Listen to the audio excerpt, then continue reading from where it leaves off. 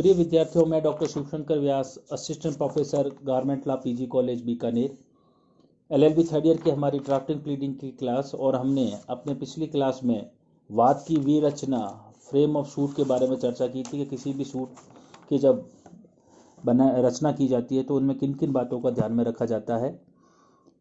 इसी कड़ी में आज हम प्रोमिसरी नोट के आधार पर लिए गए ऋण की वसूली के वाद के प्रारूप पर चर्चा करेंगे। सर्टेन हम प्लेन्स लेंगे कुछ मॉडल के रूप में, जिनके ऊपर हम अपनी चर्चा करेंगे किस प्रकार से वाद पत्र की रचना की जाती है। तो आज हमारी जो पहली शुरुआत हो रही है वो है प्रोमिसरी नोट के आधार पर लिए ऋण की वसूली के लिए वाद। उस में किन किन बातों का उल्लेख होगा उसके ऊपर हम चर्चा करेंगे। जैसा कि हमने वाद की विरचना करते समय ही बात की थी कि सबसे पहले न्यायालय का नाम लिखा जाएगा और उस न्यायालय का नाम लिखा जाएगा जिसकी अधिकारिता में आता है। और वह अधिकारिता हमने बात की थी वो प्रादेशिक, आर्थिक, विषय वस्तु संबंधी हो सकती है। और यहाँ पर जब हम प्रोमिसरी नोट की बात कर रहे हैं तो यहाँ पर उसका जो क्षेत्राधिकार होगा वह आर्थिक क्षेत्राधिकार के आधार पर तय किया जाएगा। यानी कि आपकी जो प्रोमिसरी नोट यानी कि उधारी के जो लेन देन हुआ है उसमें जितनी रकम का आपके द्वारा लेन देन किया गया है उस आधार पर न्यायालय का लिखा जाएगा कि कौन से न्यायालय में आपका मामला जाएगा।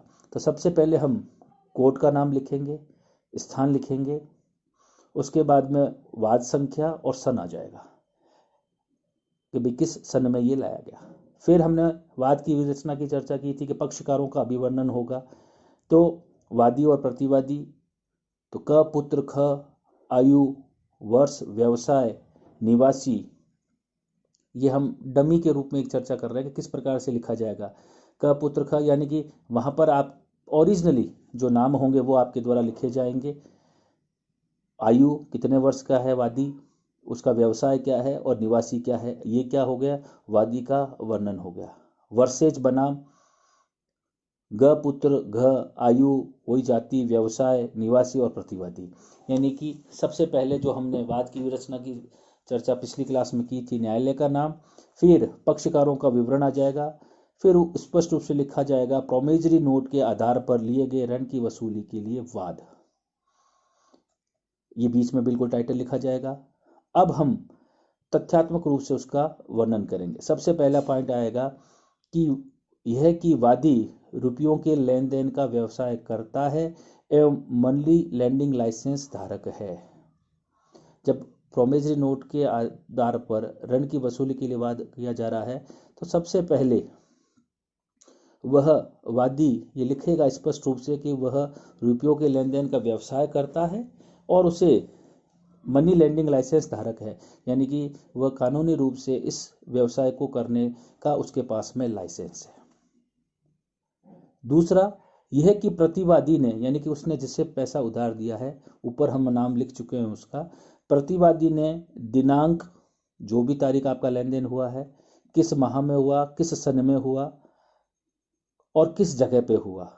यह कि प्रतिवादी ने, जैसे हम सपोज करें प्रतिवादी ने दिनांक 25 अक्टूबर, तो दिनांक हो गई 25, माह हो गया अक्टूबर, सन हो गया 2000, नगर हो गया, सपोज कीजिए हम बीकानेर की बात करें तो बीकानेर में वादी से अब वह रकम जितनी का लेन देन हुआ है 10,000 रुपये उधार लिए और उसी दिनांक को प्रतिवादी ने वादी के हक में कथित ऋण के प्रतिफल स्वरूप, यानी कि उस ऋण के प्रतिस्वरूप एक प्रोमिसरी नोट निष्पादित किया, जिसके अंतर्गत धन की राशि की मांग किए जाने पर 8% की दर से ब्याज सहित भुगतान का वचन दिया गया।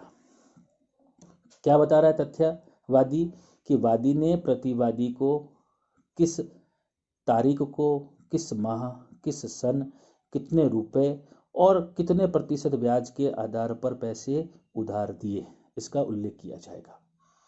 फिर तीसरी बात कि यह कि प्रतिवादी ने मांग किए जाने पर कथित धनराशि में से आज तक कुछ भी अदा नहीं किया है। ये आपका तथ्य है कि कुछ भी अदा नहीं किया है। हो सकता है हर मामले पर हो कि 10,000 रुपये की बात हुई, 8% ब्याज की बात हुई, तो उसमें से कुछ राशि उसने हो सकता है अदा कर दी हो।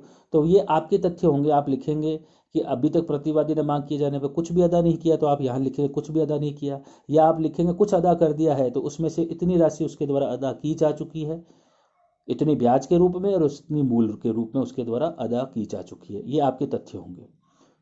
फोर्थ पॉइंट इसमें आएगा कि ये कि वादी को प्रतिवादी से मूलधन यानी कि 10,000 रुपये तथा उपयुक्त दर से दिनांक, अब आपने जिस दिन उधार दिया उस तारीख से लेकर आज तारीख तक का ब्याज की राशि हमने क्या ऊपर लिखी है, प्रोमिसरी नोट में निष्पादित हुआ कि 8% की दर से ब्याज की राशि का भुगतान किया जाएगा।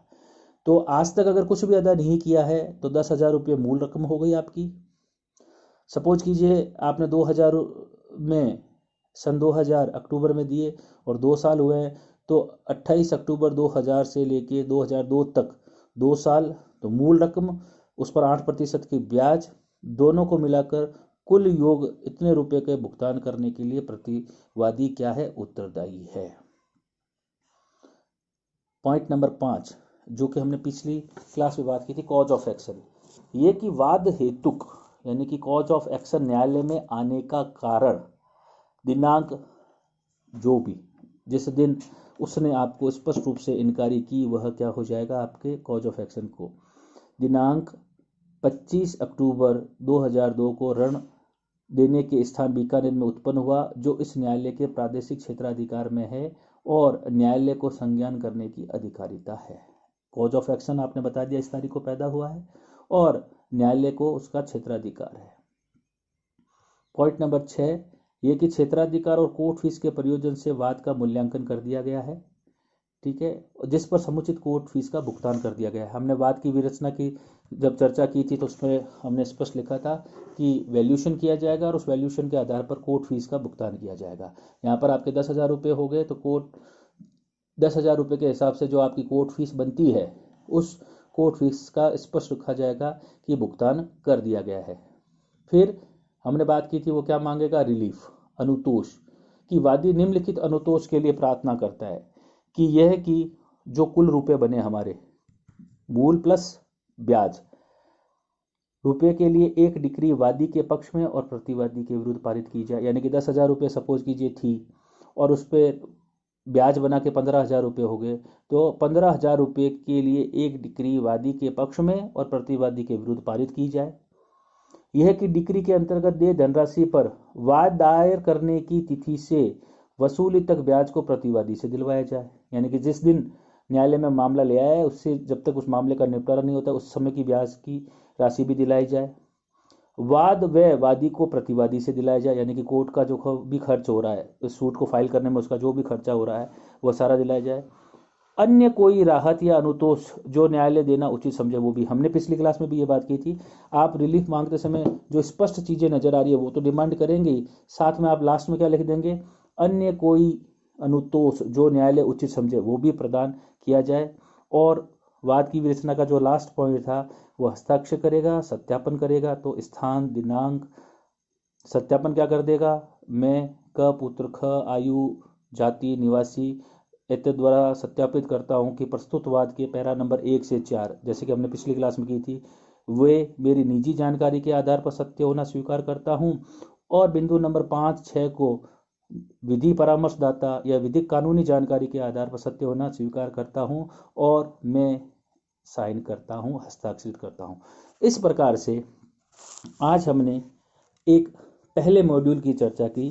प्रोमिसरी नोट के आधार पर अगर कोई पैसा वसूल लिया जाता है तो आप पहले कोर्ट का नाम, वाद संख्या, पक्षकारों का विवरण, उसके बाद में तथ्यात्मक बिंदु, उसके बाद कानूनी आपके रिलीफ और जो कानूनी पहलू है उनका उल्लेख करते हुए लास्ट में सत्यापन और हस्ताक्षर के जरिए वाद की विरचना पूर्ण रूप से आपकी इस प्रकार से होती है। अगली क्लास में हम नए मॉड्यूल के साथ में नई चर्चा करेंगे। धन्यवाद।